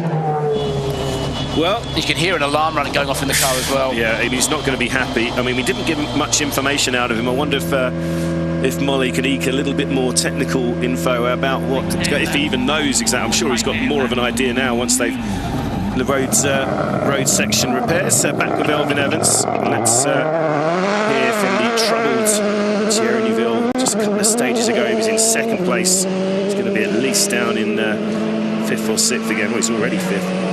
Oh no, I don't think we're going to get anything. Thierry, how is it going? You don't want to talk to us? Okay. Yeah, I think the silence speaks 1,000 words in a situation like that, doesn't it? It was a good effort, Molsky. Yeah, he'd already given her the wave off, so fair play. Yeah, Elvin just behind. I was about to say, I wonder how close Elvin was getting to Thierry. There you go, and it's the fastest time pre so far. Yeah, but critically only 2.9 quicker than Adrien Fourmaux, so doing a great job, Adrien. Yeah, he's doing a fantastic job. So yeah, an 24.7 for Elvin Evans. He parks up right behind the luckless Newville, and we'll again try and keep you updated with any news as we get it, as Newville tries to have another look under the bonnets and move on to it really is getting to be a bit of a traffic jam down there. Puncture. Oh, yeah. So front left puncture for Elvin Evans. This is the third of the day. Elvin, how are you it's quickest through, but everything okay? Everything fine, yeah. Well, he says everything's fine, but clearly, yeah, there's, I mean, I think they know, because I think sleeping warriors to come, everyone wants to just get moving on, get those cars checked, and yeah, meanwhile, one man who just seems to be serenely sailing on while the carnage ensues behind him is Kalle Rovanperä. We touched upon him before. Yeah, 6.2 seconds down here. It doesn't matter. He's already got a lead of 2 minutes and 20 seconds as we came into this one over his teammate as well, Taka Katsuta. Seemingly can do no wrong. Yeah, Kalle Rovanperä has just been absolutely stunning throughout this entire weekend. I think he's been the only person who hasn't run into any issues at all. And you know, this is the result that you get. You know, you build a lead of over 2 minutes, and I think even if he picks up a puncture, he'll probably be able to change that and get on the road. Yeah, he would be. And still be in the lead. You know, so for Kalle now, he doesn't need to push and to take any risks. And then he built a lead on day one, and then he's also capitalised on the mistakes and the misfortune of other people. So it has just been an absolute masterclass from the world champion, and we're seeing why he is so good. But as I said, he has this natural ability to feel grip and to feel the limits of how hard you can push the car, and his car placement is phenomenal as well. So yeah, when you put all of those ingredients together on a rally like this, that's when you really see how good he is. And the Toyota Yaris is almost bulletproof. It seems to be so many years. We've had a couple of 1, 2, 3, 4 finishes. It's only Fourmaux that's preventing another 1, 2, 3 podium lockout this year. But yeah, I mean, you're right. The last 2 years, 22 and 23, have just been Toyota. This is Toyota territory, isn't it? We know the car works. We know the car's quick, but we also know it's built like a tank. You know, it can withstand all sorts of stuff. But again, it's just Kalle Rovanperä's mechanical sympathy, I think, that's making all the difference here at the Safari Rally. Yeah, no, absolutely. And a little bit of luck. Well, yeah. Remember the winner here a couple of years ago, 2022. He's not going to trouble that Evans benchmark, so that will be a stage win for Evans. He did seem a little bit distracted, the Welshman, as he came through, but so it's an 8:33.3, 8.6 seconds slower than his teammates for the rally and leader and world champion. That's another stage ticked off the list. 1 to go then on Saturday before he can secure those 18 points. Let's hear from him.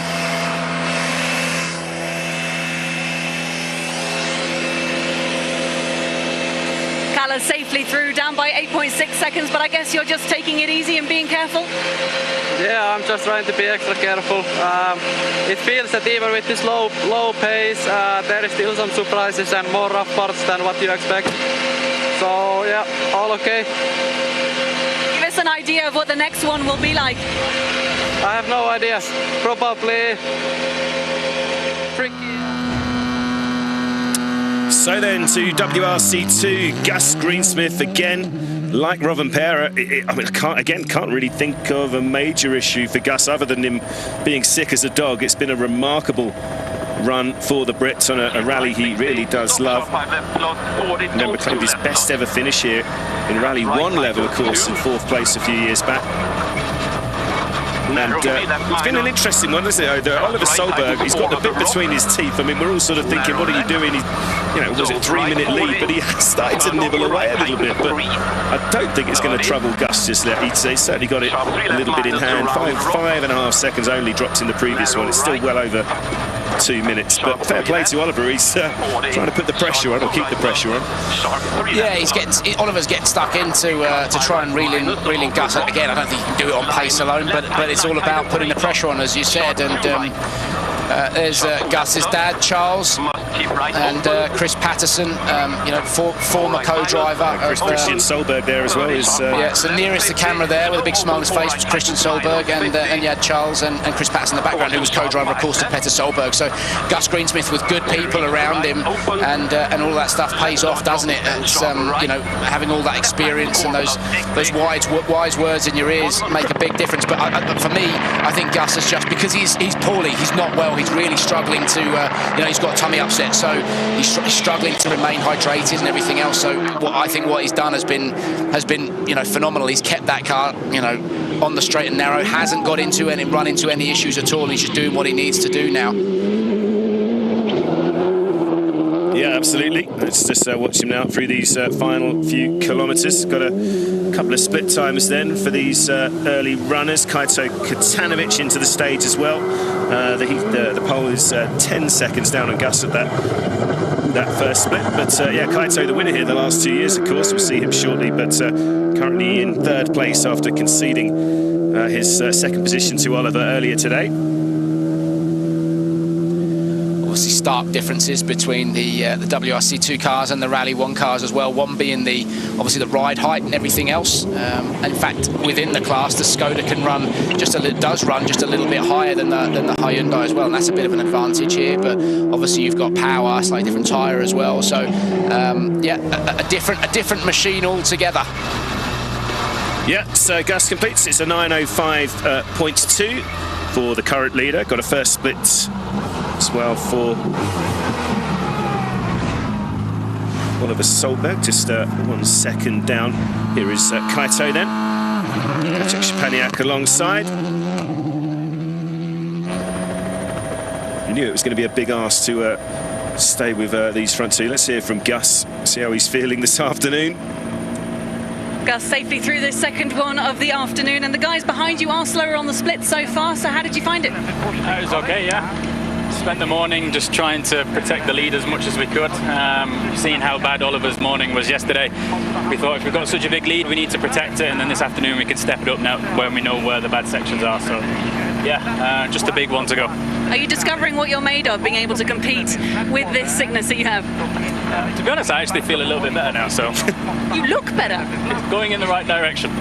Good, enjoy the next one. Well, that's good to hear. I think that's the first time we've seen Gus smiling as well at the end of the stage. He's looked so withdrawn, hasn't he, at the end of the stage? And so all his energy's been used up, so that's great. He's starting to feel a bit better. To be fair, it's so warm in these stages and inside the cars. He's probably sweated it all out of his system. It's been really rough for him, so fair play to Gus, and that is great news to hear that he's starting to move in the right direction in terms of feeling a bit more positive. Interesting comments as well that, you know, he obviously did lose big chunks of time to Oliver this morning, but because he had that big buffer, he was able to just really pay attention and check those pace notes for this afternoon loop, and I think we're now seeing that reflected, so yeah, clever. Yeah, absolutely, just driving smart. I mean, obviously he had that puncture as well, which didn't help matters this morning. You know, the very first stage this morning, he dropped 37 seconds to Oliver with a rear right puncture. But yeah, you know, as you said, when you've got that buffer, you can almost use the first run as a bit of a glorified testing session, if you like. Really check the notes and make notes where it's rough, where to take it easy, where you can then step it up a little bit,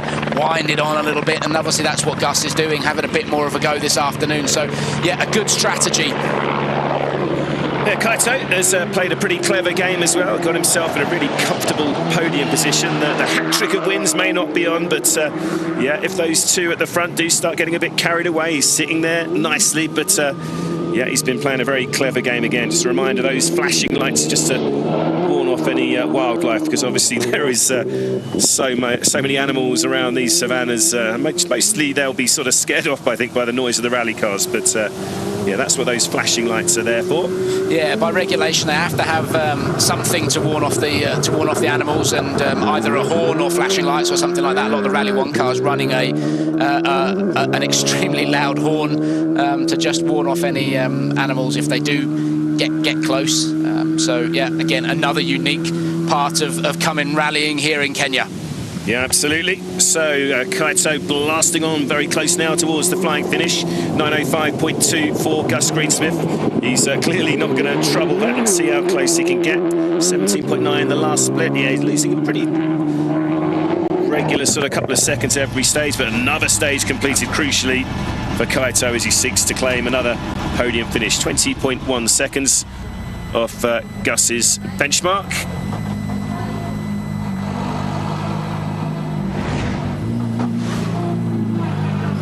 And here's been the star of the morning loop, I think, in this class.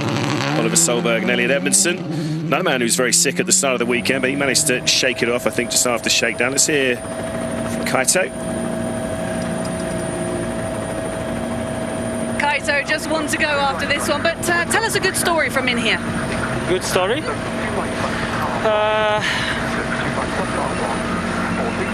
I thought it's not possible to have a fun when you are not pushing in 100%. But it's not true. Yeah, you can have a fun if you are not pushing in 100%. This one was very smooth for us. Yeah, all good.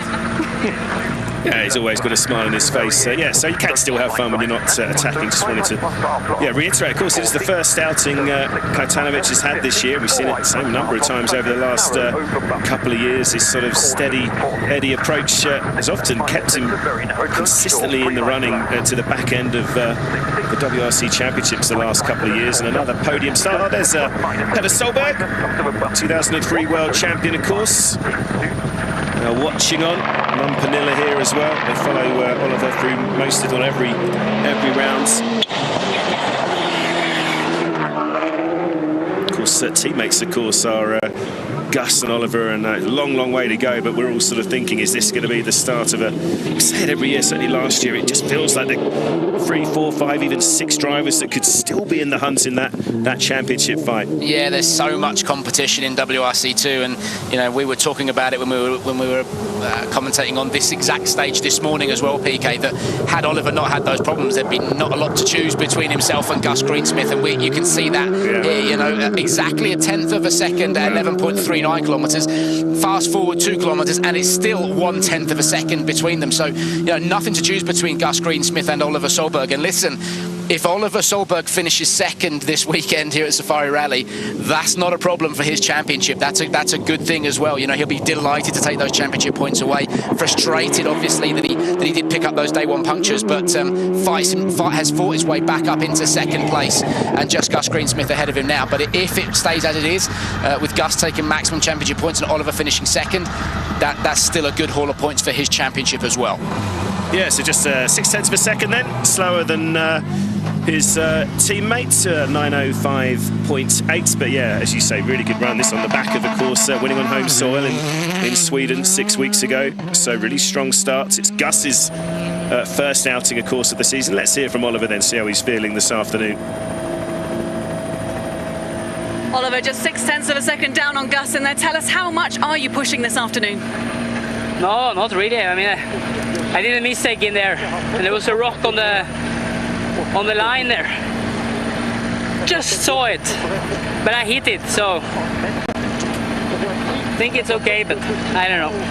Everything looks okay, but does the car feel strange to drive? No, it feels okay, but I hear some rattling, so we'll see. We'll see, but I think overall it's been an okay day. So good luck for the next one. Yeah, it's interesting, isn't it? I can imagine when you have a moment like that, you hit something, you'll hear all sorts of noises that may not even be real, but I guess you fear the worst, don't you? When you hit something, it takes your mind straight away off concentrating on driving quickly, and then you're starting to look for an issue. You're waiting for an issue to come. Have I picked up a puncture? What are the repercussions of having hit that rock? And the other thing I would say is those rocks are kind of certainly after the first run, they're sort of buried in the line now. So because it is quite rutted and there is so much dust and fesh-fesh, it's very, very difficult in these conditions to pick out where the rocks are. So, and that's what Oliver's saying, he just saw it at the last minute and then bang. That's a bit harsh of himself to call it a mistake, but it's interesting, isn't it, you hear that, and we saw with Tanak yesterday, sometimes if you see it there in the racing line, you're better to just go over the middle of it. I mean, it didn't work for Oit in the end because it was too big, but do you know what I mean? Sometimes if you try and avoid it, you might clip it and pick up a puncture, but it's a difficult one to call, and it didn't work out, obviously, for Oit yesterday. Yeah, I mean, it was. I think what we saw with Oit yesterday was him just being a total passenger, wasn't he? He just had nowhere to go, and it was a big rock, and there was nothing he could do. It was actually on the way out of the corner. He'd already picked his line on the way in, but on stages like this, and Oliver's referring to, there's just nothing you can do about it. You see it at the last minute, and then you just collect it. But it's the mindset that comes afterwards. You might have been in a really good flow, but then you're almost waiting to be an issue. You're concentrating then on, have I got a puncture? Have I got this? Have I got that? And you step out of that mindset of being, that flow state of driving quickly. I'm only just noticing that she did see a front left puncture for Oliver just as he pulled away. So, yeah, that's a pretty impressive time there, considering. Well, maybe that was picked up by that collision with the rock. So, yeah, fingers crossed there's nothing technically wrong as we watch Nicolas Seerman, the Frenchman having a wonderful safari debut this weekend. He's running in 4th place, a long way behind Katanovic, but what a wonderful way to make your debut in Africa, and on the back of exactly the same finish that he managed in Monte Carlo, if he can maintain this. Very sensible, some of these young guys, and they sort of come in and they know what they need to do.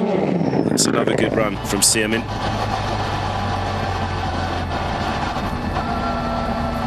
Yeah, came here for experience and a few points, and well, so far, fingers crossed, it's exactly what he's getting. So we've lost one Munster today in the shape of Gregoire, but we've still got another, Charles Munster, younger brother, 3 years his junior, making his WRC debut, or WRC Rally debut, in the Rally 2 category. And let's hear from Seamin. Nicola, another one completed. Did it feel better than your first run through here? Yeah, we enjoyed those last 2 stages. Good push, but yeah, still a lot to learn in driving-wise, but also cautious in places. At the moment, it was very nice. We were side by side with the helicopter, and he was almost at the same 8 as us. So I saw him on my left side. It was very nice. You'll have to watch that back. Yeah, maybe I will. Yeah, he's absolutely relishing this African experience, as I think everybody does when they first come here. It really is unlike anywhere else on Earth, and well, certainly in the World Championship that we have, and that's why we love these challenges. And talking to people who are making a very impressive safari debut, or even WRC debut, Charles Munster on for a top 5 finish. He's actually only 39 seconds behind Seamin. He's the man from Luxembourg. We're hoping. I think we've confirmed, actually, haven't we, that we're going to see his brother restart tomorrow. Yeah, I mean those issues we saw with Gregoire Munster. He worked by the side of the road on that M Sport Puma for a long time. Couldn't get it sorted. The team came out, fixed it, and he drove it back to service. So yeah, Gregoire will be back out again tomorrow. Very unfortunate, but his brother Charles here doing a spectacular job. He's been so mature with his approach, as you say, PK. His first WRC event, and doing it here at the Safari Rally.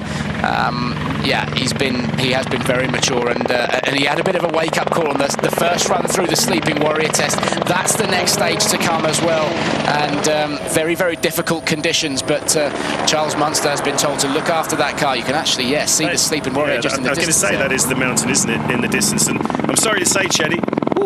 Sorry to say, Chetty, I'm getting some information through. It's actually sunny at Sleeping Warrior at the moment, so the threat of rain has receded for now. Give it chance. In the meantime, those heli shots are absolutely unbelievable, aren't they? Yeah. That is just stunning. I mean, they've just given us some phenomenal shots, and the way he just dipped that down and pulled up right at the last minute, give that man a Toblerone. That is impressive. Yeah, incredible stuff from the eye in the sky as they continue to chase him as low as they can. It really is terrific work. And yeah, Charles Munster then, he's bearing down on the finish line. You can see he's not going to get close. It is going to be another stage win for Gus Greensmith. Now let's just see what he ends up with. It's 41 seconds down on that benchmark. Impressive benchmark. Another stage win for Gus Greensmith, and he's also dropped another 16 seconds for Seamin, but it won't worry him one bit. A little bit dusty inside the car, but not too bad. He's a really bright young man, just 22 years old. You imagine doing this at 22 years old on your safari debut. Quite incredible. In the Hyundai i20 Rally 2, of course. Let's hear from Charles.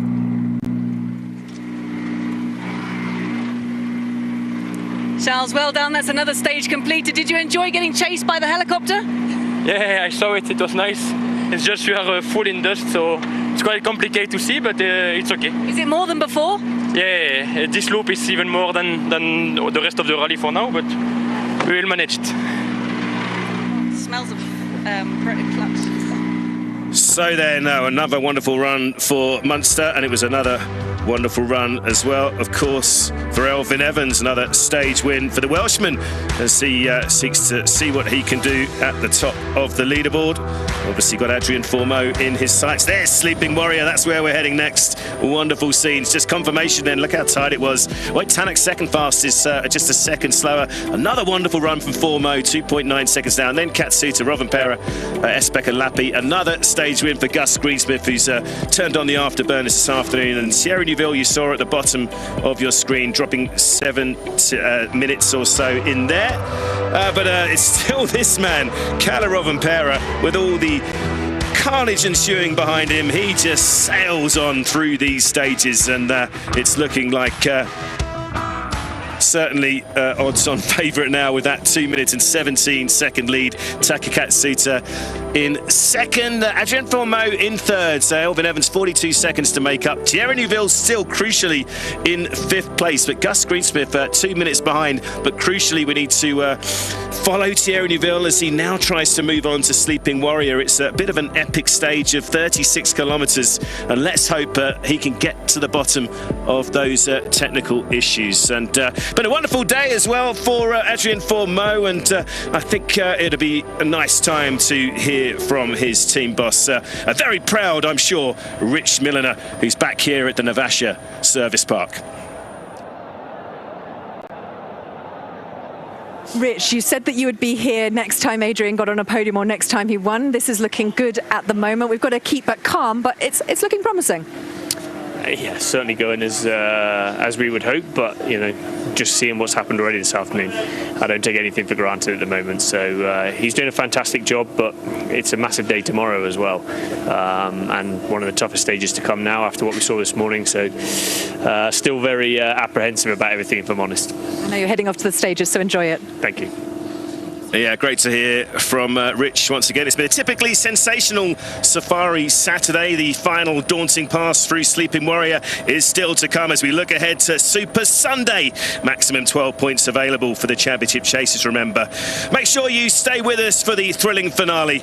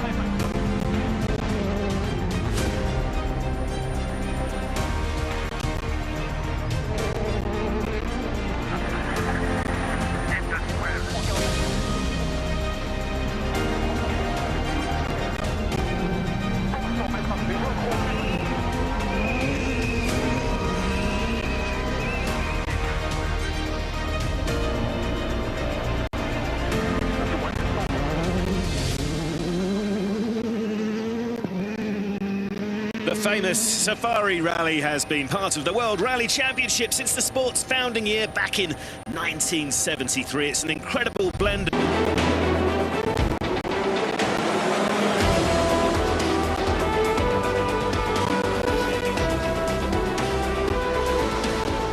That is the end of Elementator 2. We have just completed the stage 12 of the Safari Rally, and that we makes it just one more stage for today. And it has been quite exciting to see the drivers navigate the interesting roads of Elementator. So far it has been quite unpredictable because Elfyn Evans all of a sudden has put in some very interesting times. Elfyn Evans is the one with the lead in stage 12 of Elementator. Tanak was second, followed by Fourmaux, and Fourmaux is the driver we were talking about earlier on. He's flying under the radar, and so far he's performing well with good speed, relatively okay performance, and he's been performing quite good, to be honest. Takamoto Katsuta just falling off the grid a bit into fourth place.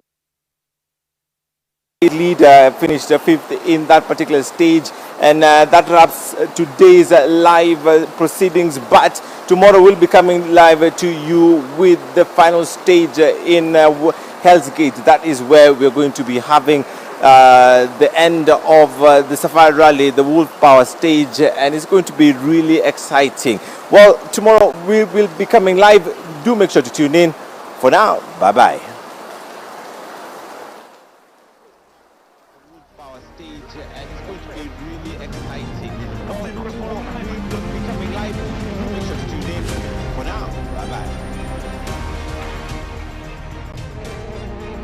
Entering slot 6 by chart.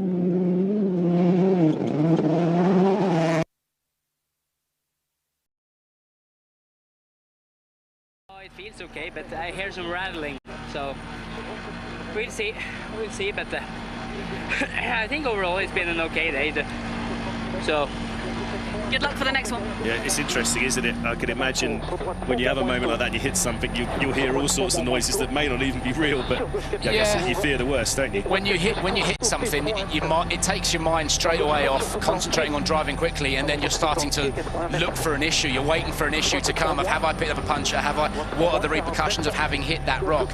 And the other thing I would say is those rocks are kind of certainly after the first run, they're sort of buried in the line now. So because it is quite rutted and there is so much dust and fesh-fesh, it's very, very difficult in these conditions to pick out where the rocks are. So, and that's what Oliver's saying, he just saw it at the last minute and then bang. It's a bit harsh of himself to call it a mistake, but it's interesting, isn't it? You hear that, and we saw with Tanak yesterday. Sometimes, if you see it there in the racing line, you're better to just go over the middle of it. I mean, it didn't work for Royce in the end because it was too big, but do you know what I mean? Sometimes if you try and avoid it, you might clip it and pick up a puncture, but it's a difficult one to call, and it didn't work out, obviously, for Royce yesterday.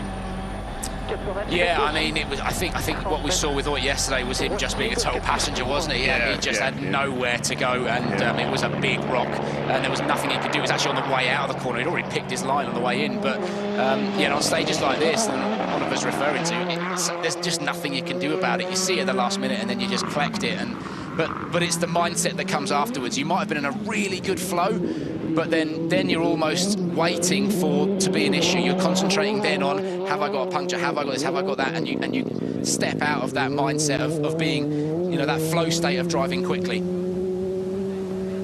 I'm only just noticing that she did see a front left puncture for Oliver just as he pulled away, so yeah, that's a pretty impressive time there, considering, well, maybe that was picked up by that collision with the rock. So yeah, fingers crossed there's nothing technically wrong as we watch Nicolas Seerman, the Frenchman, having a